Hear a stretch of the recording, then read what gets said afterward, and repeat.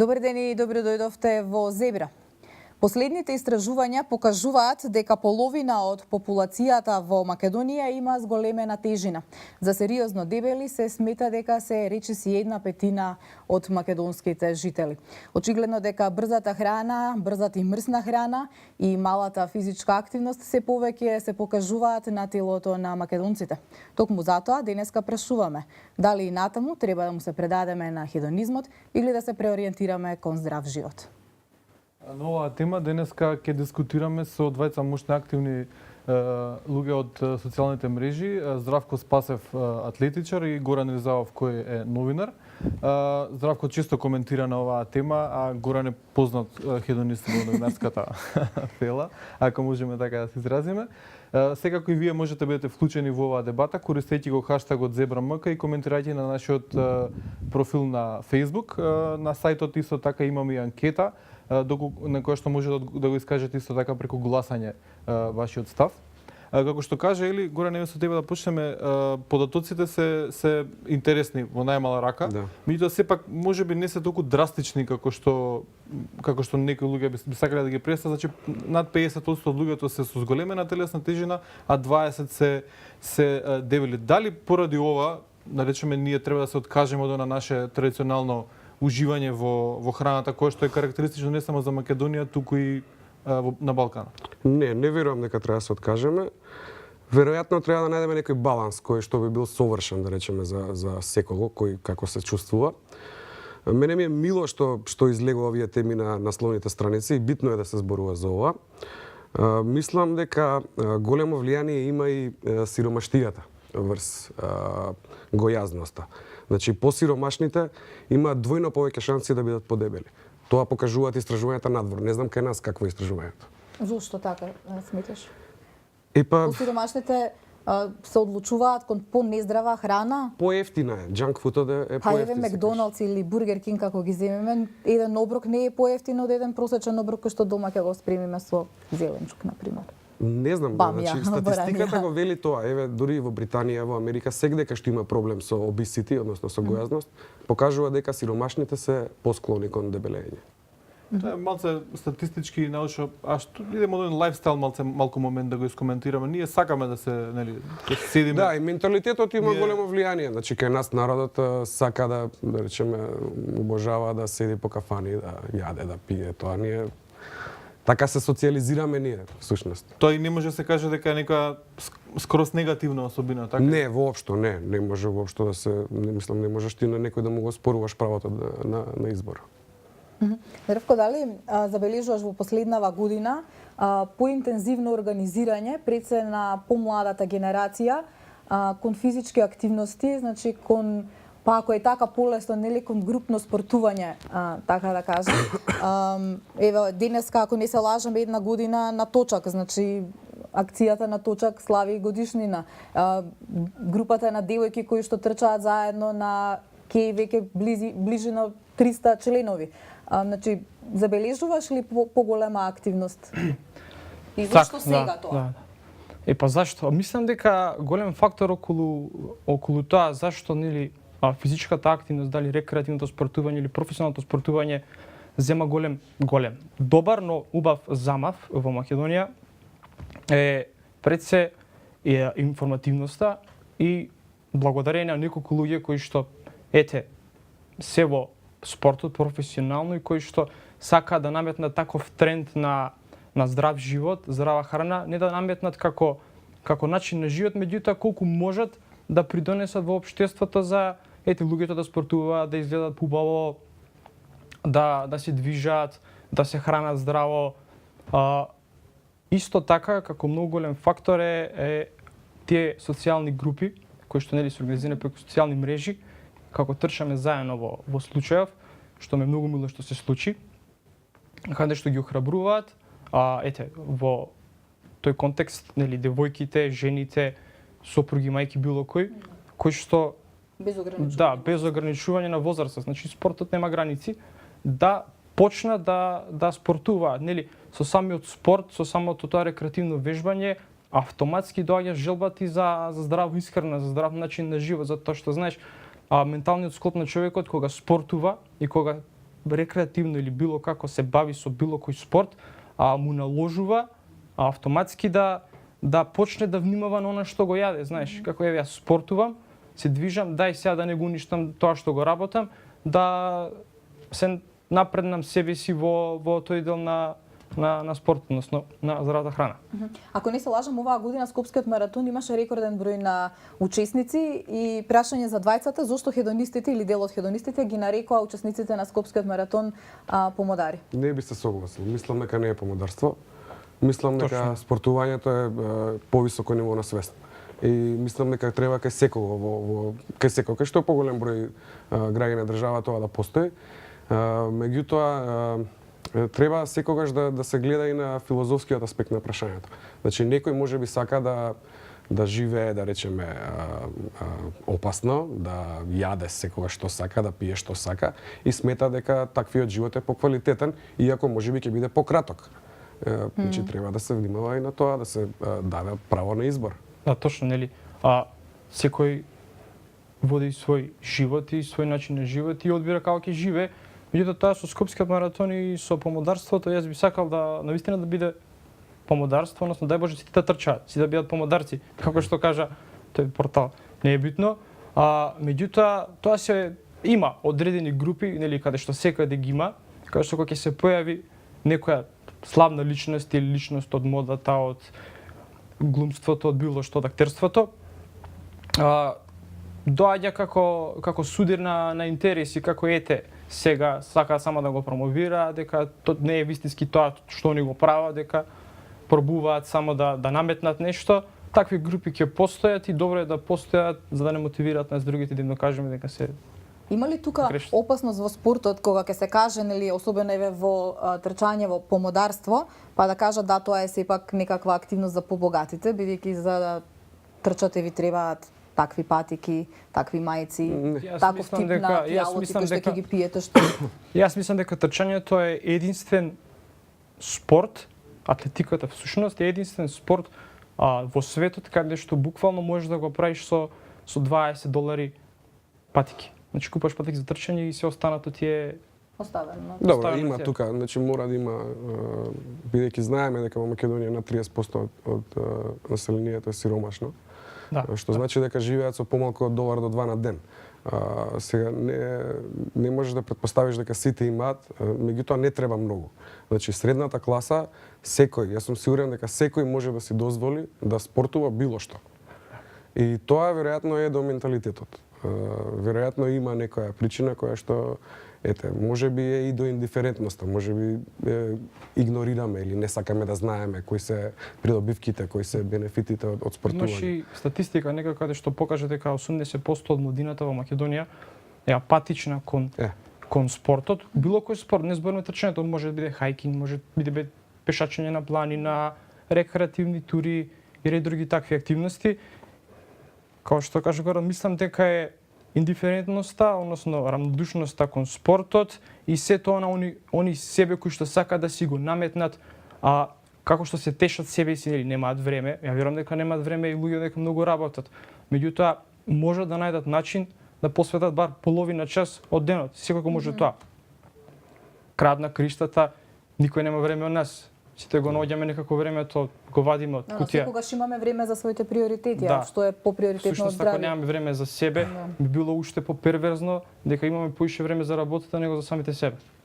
Околу средства и околу заработувачката интересен е може како интересен пример да го искористиме црниот леб кој што порано бил пример нели за дека го јадат сиромашните, а денеска се смета како здрава храна, а е поскапо од било кое друго. Значи сепак односно заработувачката е фактор за тоа и Како тоа не? голем фактор Како за. не само заработувачката, самиот начин на живот на некој кој што не може да сврзе крај со крај, односно треба цел ден да работи и да изнаоѓа начини за да преживее тој и неговото семејство, не му дозволува, не му дава време да најде ниту здрава храна, припремана здрава храна, ниту нели спортување, ниту било што друго што ќе го направи неговиот живот, да речеме, поздрав во наводница.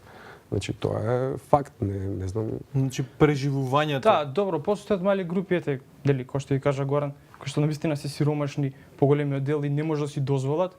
Меѓутоа, сепак секаде постојат такви групи каде што спортот и рекреативното спортување ќе им биде недостапно, меѓутоа мислам дека со многу мали пари може да се храни човекот здраво.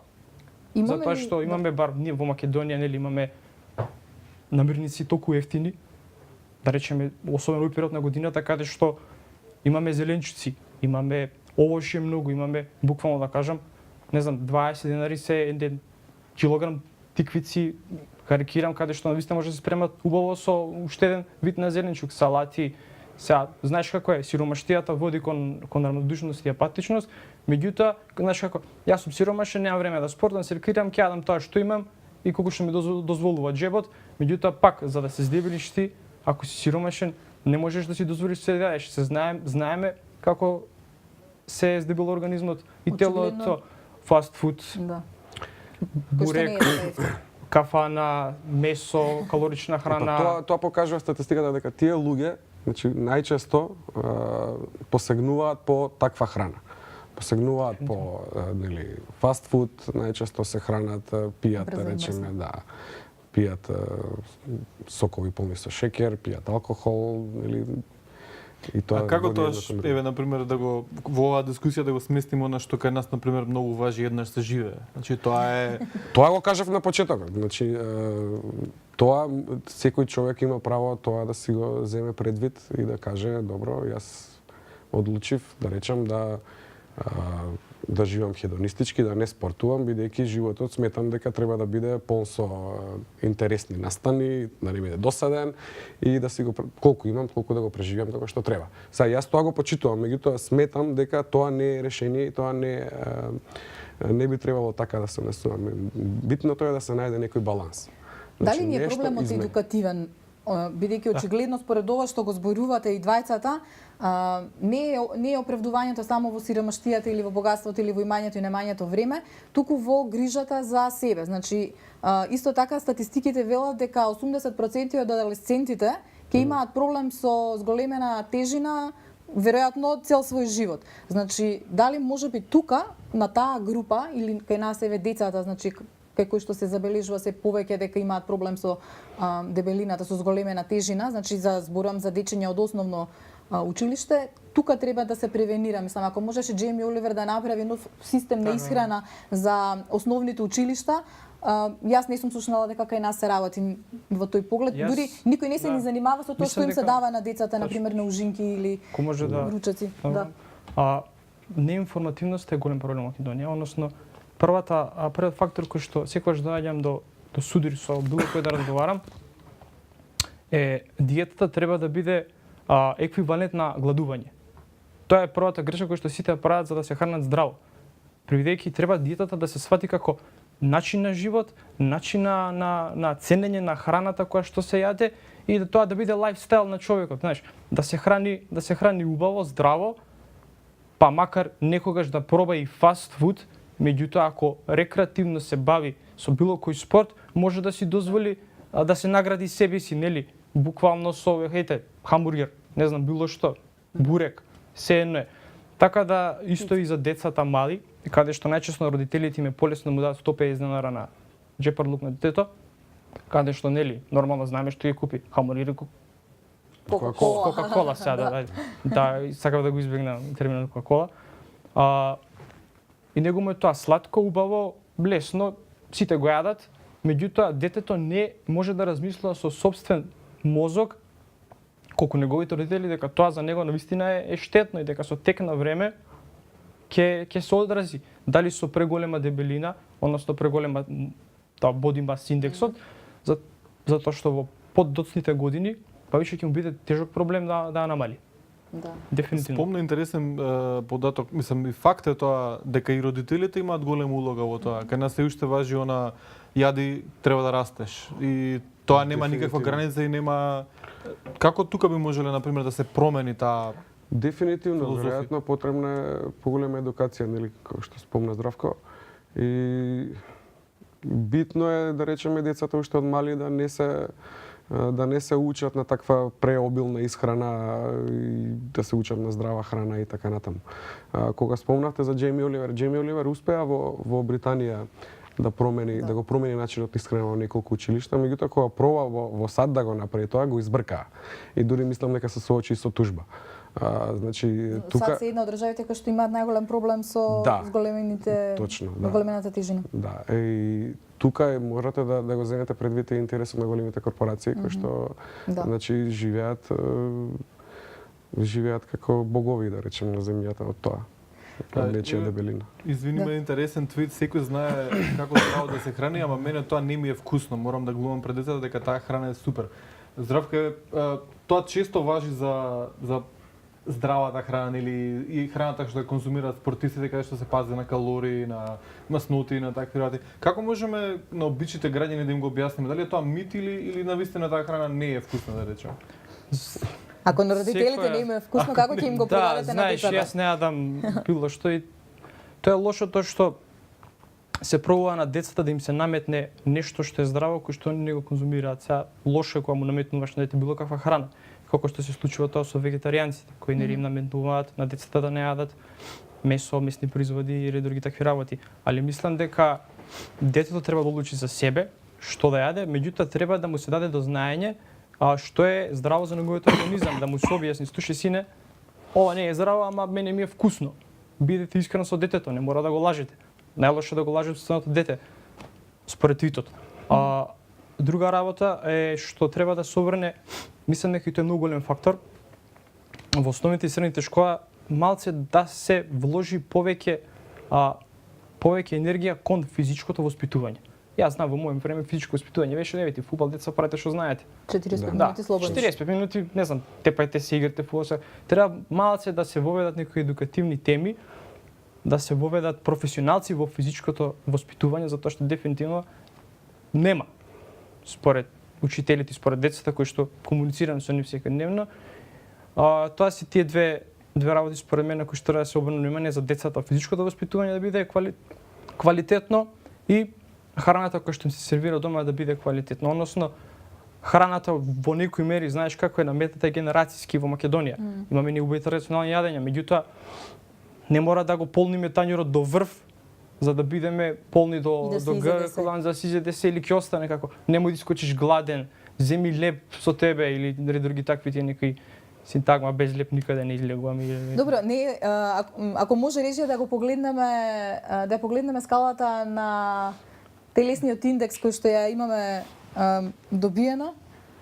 Оно што е многу битно да се напомене, извини вака што лемо збор, дека ние не наметнуваме, односно било кој нас не може да наметне на некој со сила здрав живот и здрава исхрана. Се е тоа индивидуално, се е тоа човекот за себе одлучува каков начин на живот, меѓутоа ние сме должни, особено јас осеќам должен како човек кој што е во таа сфера на животот да помогнам, да едуцирам, да придонесам, за да отворам пат на некој друг после мене да каже да има каде да дефинитивно, да. Треба да се кажа тоа, ја ќе идам по негов стап. Значи треба да се информира како прво. Треба да се информираат граѓаните за да знаат, па после нивно е што ќе одлучат да прават. Дали ќе изберат да имаат здрав живот, дали ќе изберат хедонистички живот. Иако ја мислам дека може и двете. Да. Да не речам хедонизмот може да биде здрав. Од ова што го гледаме на табелата, значи Македонија не е меѓу најлошите, но е далеку од најдобрите, значи држави чии што граѓани внимаваат на здравата исхрана, значи овој телесен индекс од 25, нешто, значи е над 2 е над дозволеното, односно над оно што е природен и нормален, но она што за мене особено интересно е дека жените имаат поголем проблем во Македонија со дебелината, но од друга страна пак се соочуваат со стереотипите и со мислењето дека балканските мажи сакаат жени со облини. Вашиот став? Не се согласувам. Мислам, можеби жените имаат поголем проблем, меѓутоа тоа не е затоа што мажите сакаат жени со облини, туку затоа што во Македонија жената има подредена улога. Значи, седи дома, готви, чува деца, нема време за физички активности, нема време многу да размислува што јаде и како јаде. Туку треба да спремни за семејството што ќе јаде и како ќе јаде. Мислам дека тоа е главната причина. Улогата на традиционалната жена. Но овие 300 девојки кои што трчаат во различни денови сега, да не речем, да не помислите За жал тие се исклучоци, значи кај нас не е девојки и жени, значи. да, меѓутоа тоа кај нас не е правило. Да, има се повеќе жени и девојки што трчаат, што спортуваат, што се хранат здраво, меѓутоа просечната македонска жена не работи, се дома готви, чува деца, пере, пегла. И заборава на себе. Согласуваш? Па, не знам, значи малце треба да се разграничи тоа традиционалната македонска жена.